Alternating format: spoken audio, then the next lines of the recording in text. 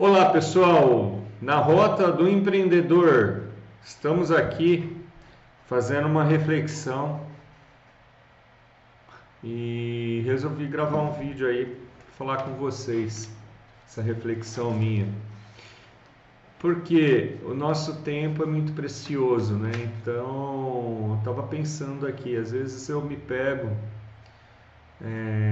dando uma olhada nos textos, nas coisas que a gente escreve, no que a gente já passou, a semana foi muito boa, ou se foi muito ruim também, porque foi muito ruim. Então, tá na veia do empreendedor você fazer um check-up, né, do que foi o seu dia, de como que tá o andamento dos seus negócios. Então, é interessante deixar isso registrado, porque para as pessoas que estão iniciando agora, deixar clara a importância de você ter um planejamento, né?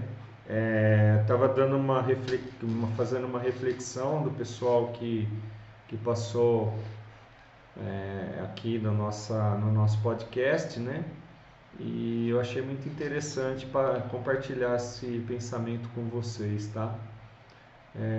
Que seria? Qual que é a ideia?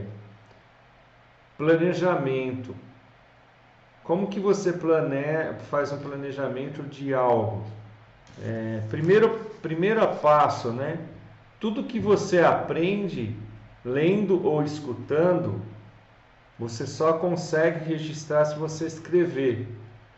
Às vezes você lê e aquilo ali está na sua mente, está na sua cabeça ali, está na sua introspecção.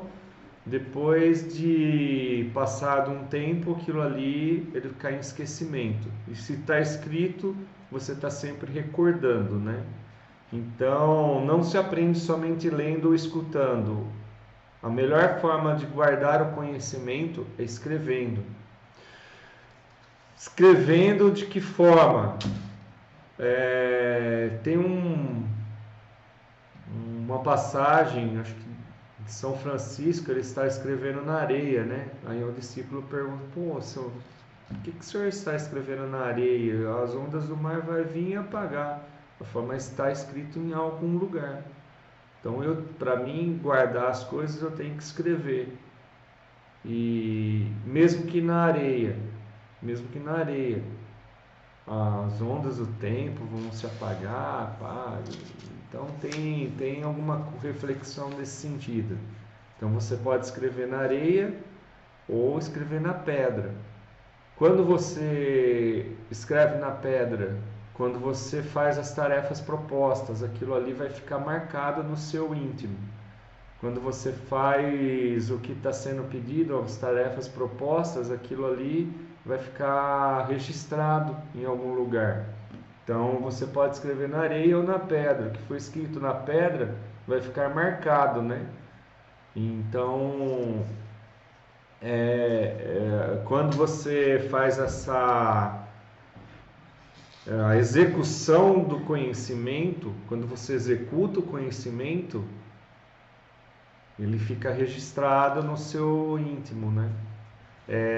Tem alguns estudos que dizem que a gente vai absorvendo conhecimento, vai absorvendo esse conhecimento durante o dia, você está lá absorvendo esse conhecimento, quando você dorme, esse conhecimento é passado para o subconsciente.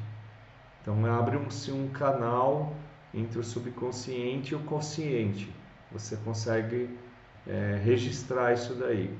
E quando você executa tarefas que afirmam, que reforçam aquele entendimento, então é mais fácil de estar registrado. Então a taxa de registro é muito maior. São coisas assim que ficam mais registrados, né? Bom, enfim, pensou em algo, já se concretiza? Não. Está na sua mão algo que você pensou, se vai se concretizar ou não. Então, se você pensou em algo e você não executou aquele pensamento, você não colocou em prática, você não falou para ninguém, aquilo ali foi só um pensamento.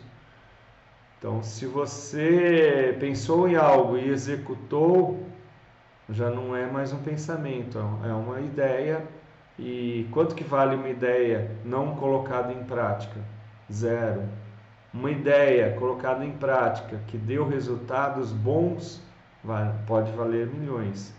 Então, às vezes algumas ideias vêm na cabeça da gente todo dia. Cabe a nós a fazer aquelas ideias funcionarem ou não. Então, se ela funcionar e ter resultados, aquilo ali pode valer alguma coisa. Então, como que eu coloco minhas ideias em dia? Como que eu coloco minhas ideias em prática? Criando tarefas. Então, você cria tarefas e coloca aquela tarefa no planejamento diário. Então, o planejamento tem que ter data para início e fim. Então, uma tarefa, ela tem um prazo de execução estimado, né? Ou não, quer dizer, estimado, você vai lá, você fala, ó, isso daqui eu levo 1 hora para fazer. Então, você tem que ter essa noção de quanto tempo vai durar essa tarefa. E, e assim, nós, como seres humanos, temos 1440 minutos todos os dias. Então, cabe a gente a programar esse conhecimento ou esse tempo da melhor forma possível. Então, todos nós temos o mesmo tempo, 24 horas, isso não tem o que muda. Porque alguns realizam muitas coisas na vida, porque eles aproveitam o tempo deles, né? Então, você tem duas formas de conseguir o conhecimento. Modele as pessoas de sucesso. Não é vergonha copiar. Vergonha é não adaptar a você o que está sendo copiado. Então, muitas vezes você vê pessoas de sucesso com uma ideia que deu certo, aí você fala, pô, beleza, deu certo, pode dar aqui para mim também. Só que a região é diferente, o local é diferente, as pessoas que estão à sua volta é diferente. Então você pode até copiar, não é vergonha copiar, mas você tem que mudar o que está sendo copiado para a sua realidade. Pague o preço para absorver o conhecimento, né? Precisa ter sangue, suor e lágrimas. Ao absorver o conhecimento de alguém, alguém já pagou o preço de ter esse planejamento, de ter esses erros, de ter essas coisas, de corrigir os erros. Então, é interessante, tá? Assim, você pode copiar as coisas boas, não necessariamente você copia o negócio da pessoa, você pode copiar a atitude que ela teve para fazer alguma coisa, você pode copiar um monte de posições. Por exemplo, quando a gente lê um livro, os maiores ricos do mundo lá, não sei agora onde que está, eu acho que deve estar no Pessoas Eficazes, os 7 hábitos das pessoas eficazes. E diz as pessoas que escreveram esse livro que os ricos eles não perdem tempo assistindo televisão. Eles leem livro, leem alguma coisa, então eles absorvem, utilizam o tempo de uma forma diferente da gente, né? Então, da gente, não sei, né? Eu estou falando de mim. Somar não é grandeza. Para multiplicar, temos que criar discípulos e que transborde o conhecimento. Quantas vezes eu vi pessoas retendo conhecimento, né? Não, principalmente na nossa área. Ah, eu tenho conhecimento, eu não vou passar todo o conhecimento para essa pessoa porque ela pode passar a perna em mim. Nunca, nunca pense dessa forma. Eu, pelo menos, eu procuro ensinar tudo que eu aprendo. Ou, assim, se eu souber ensinar, se eu souber passar o conhecimento para outra pessoa, eu não retenho. Eu não retenho. Eu sempre tive bons frutos com isso, com essa atitude de não reter o conhecimento. Então, eu tive um tempo trabalhando como professor e digo que o aprendizado foi muito maior meu do que dos meus alunos. Então, quando você ensina algo, você tem que recapitular tudo que você tem de conhecimento sobre o assunto. Então, quando você volta no tempo para você recordar o que você conhece, o que você sabe, você está estudando. E você estudando, você está, às vezes, aumentando o seu próprio conhecimento. Então, quando você ensina para os outros, você tem que modernizar o que você aprendeu. Porque dependendo do tempo que você aprendeu aquilo, está obsoleto. Então, a melhor forma de aprender é ensinar, tá? Não pare. Para dar certo tem que dar errado. Então, tem Thomas Edison, né, que ele fala, você teve 1000 tentativas antes de criar a lâmpada correta. Não, ele falou, não, eu tive 1000 tentativas de não fazer de forma errada. Quer dizer, tem alguma coisa do tipo, né? Ele tentou 1000 vezes para fazer o sistema funcionar. As 999 estavam erradas. Ele falou: não estavam erradas, eu conheci. Cada uma das tentativas eu aprendi algo que não deveria ser feito, deveria ser feito de outra forma. Então a mensagem é essa: você está aprendendo, você está executando, você está criando conhecimento e criando história do que não deve ser feito, né? Então, aprender com o erro dos outros é mais fácil, né? Hoje a gente sabe como que faz uma lâmpada, né? Antigamente, ele teve que errar 99 vezes para aprender.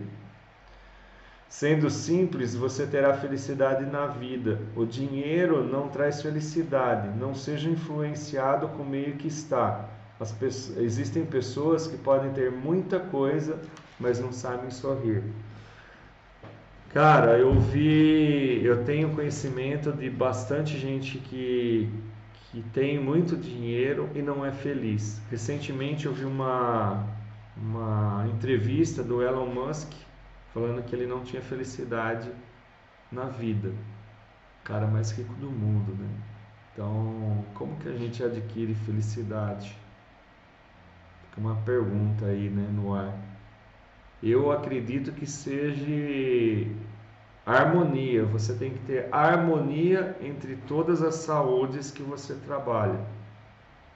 Eu creio na minha crença, né, no meu conhecimento, que a vida é feita de várias fatias.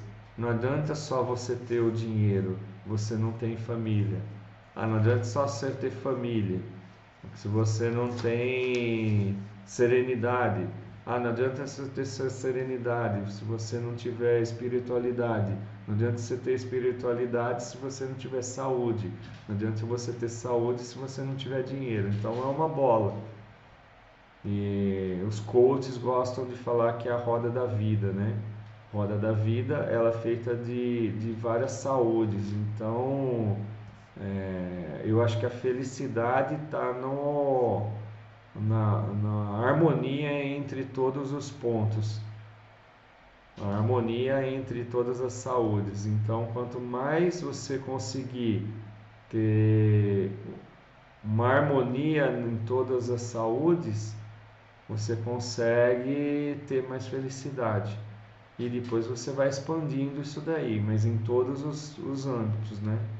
Então não adianta você ter muito dinheiro e não ter filhos, vamos dizer assim, né? Ter filhos ou não sei, é, mas tá bom, cara. Acho que uma reflexão não foi muito rápida, mas qualquer coisa aí a gente tá fazendo os podcasts. Eu fico aberto a perguntas aí, se alguém quiser mandar perguntas aí no chat, alguma coisa. E gostaria que vocês curtissem e dessem like, né? Para a gente estar expandindo isso, levando para mais pessoas. Então, obrigado e valeu. Até mais. Tchau, tchau.